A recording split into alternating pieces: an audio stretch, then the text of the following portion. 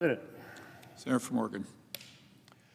Mr. President, President Donald Trump has a new MAHA strategy, but it's no longer Make America Healthy Again. It is now the Make America Hungry agenda. The president is weaponizing food against America's most vulnerable families. In my state of Oregon, SNAP feeds over 750,000 people, including well over 200,000 children. Now, Oregon is roughly, from its northern border to its southern border, roughly 300 miles. So invite yourselves to do a little calculation. Imagine those 700,000 people lined up along I-5, stretching 300 miles from the northern border with Washington to the southern border with California. And do you think you'll see a person every mile or so? No. You would see a person every 2 feet over that 300-mile trip. You know, it's about a 6-hour drive from the northern border to the southern border. 6 hours driving past a continuous line of people. That, my colleagues, is the vision that Trump has for more than 700,000 hungry people, almost a third, every third person in line, approximately a child. What kind of vision is that for America? When children go hungry, it affects their physical development.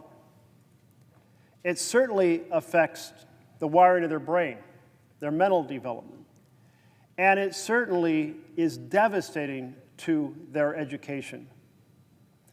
My colleague just noted that children can't learn when they hear the grumbling in the stomach. He's absolutely right. Children cannot learn when they're hungry.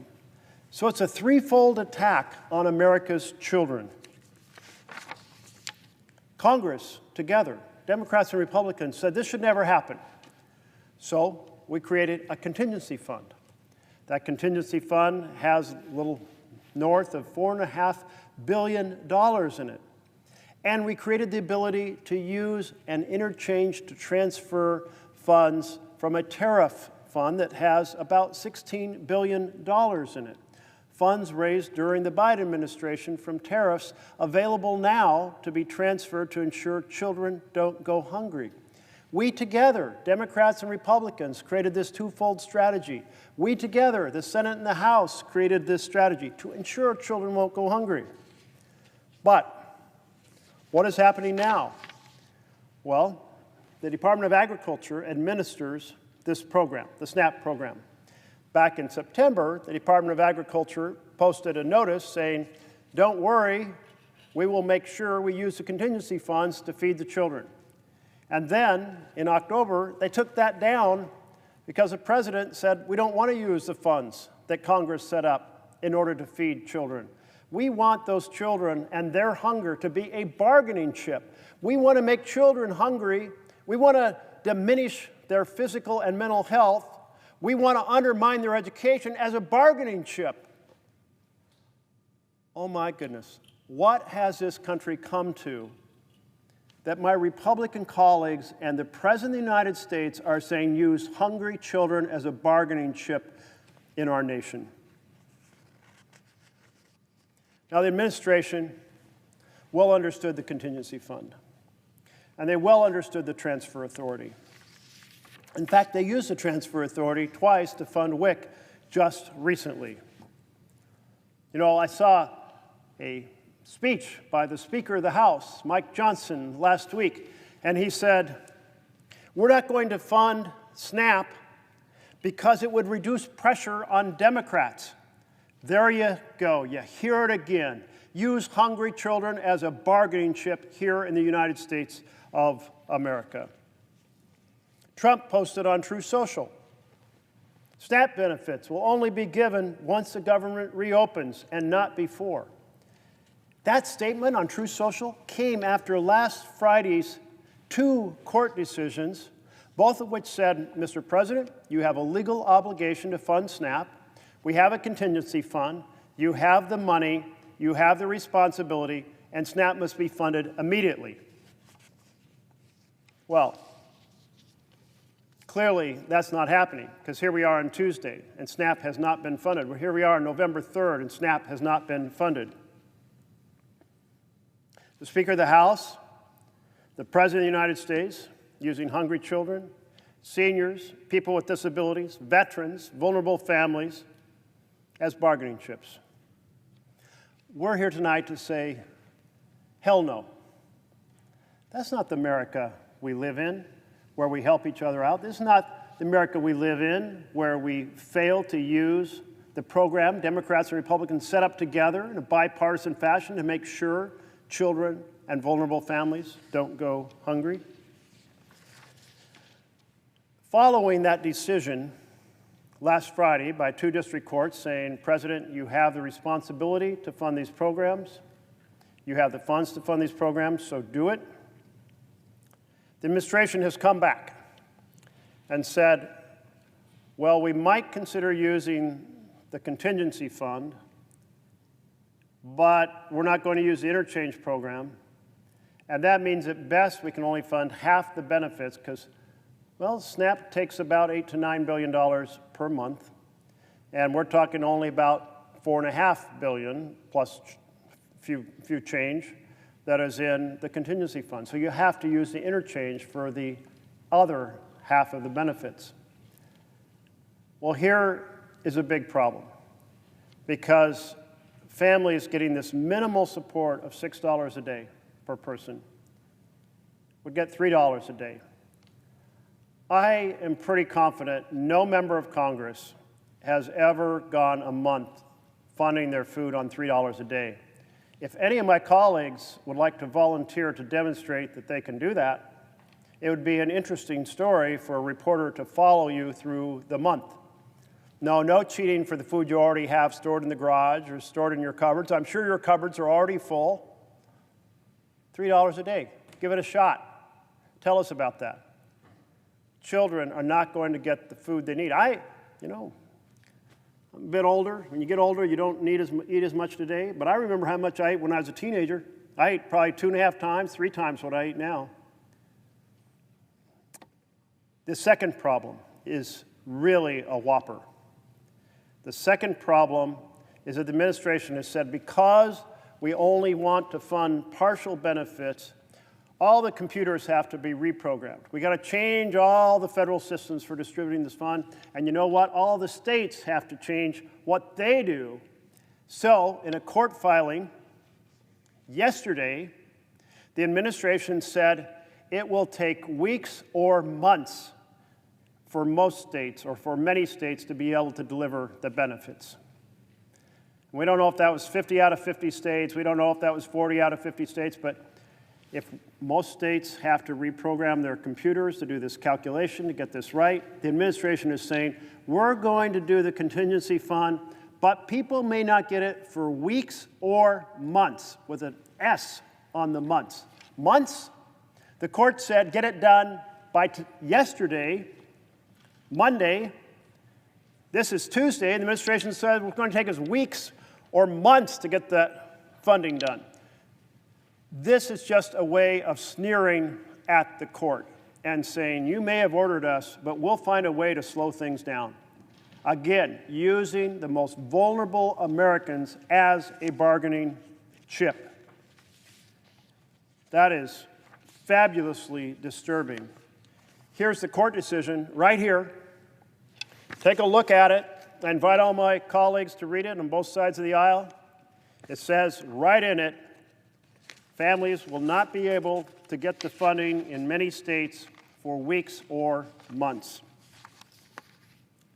This document was penned by Patrick Penn, Deputy Undersecretary for Food and Nutrition and Consumer Services at the U.S. Department of Agriculture, formal filing of the Trump administration by the Deputy Undersecretary responsible.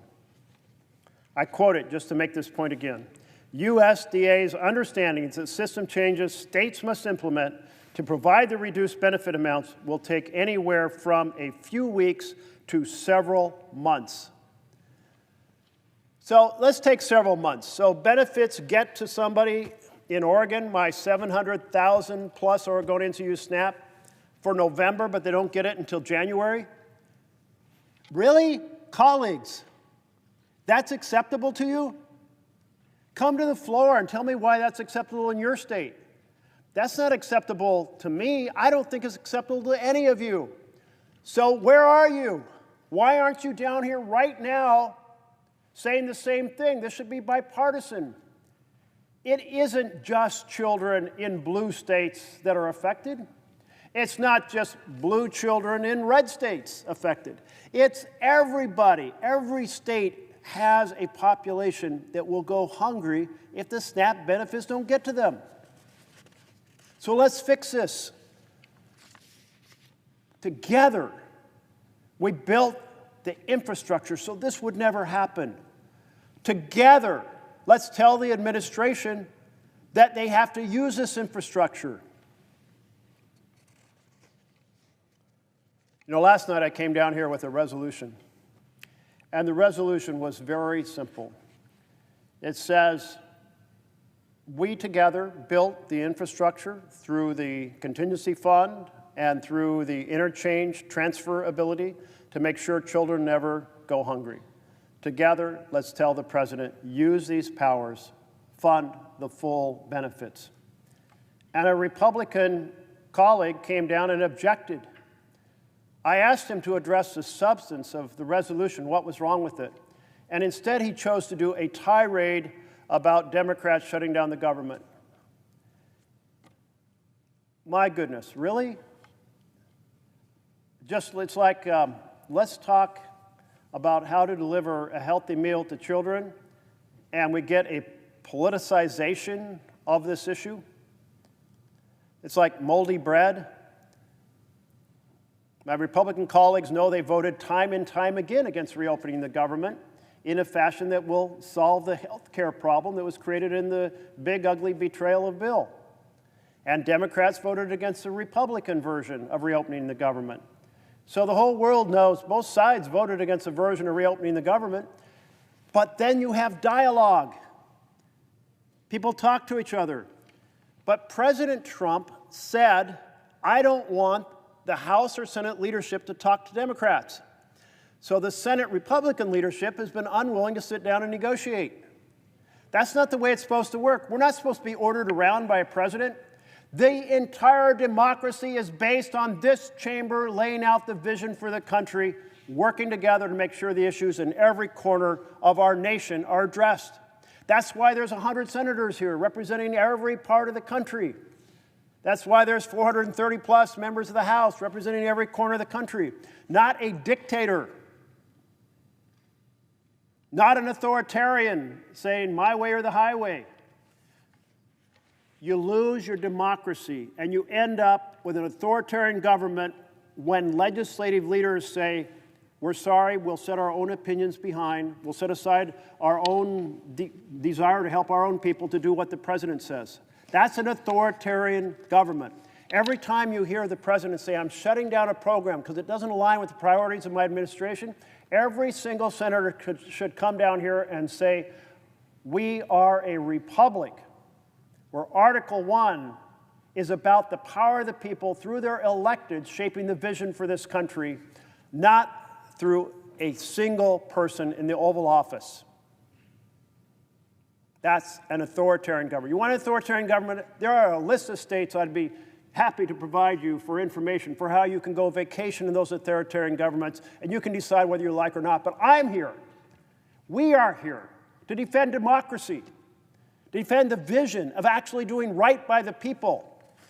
Government by and for the powerful is not the vision of our nation.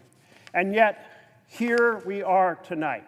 The president saying starve the kids and the vulnerable families as a bargaining chip while he sends $20 billion to Argentina.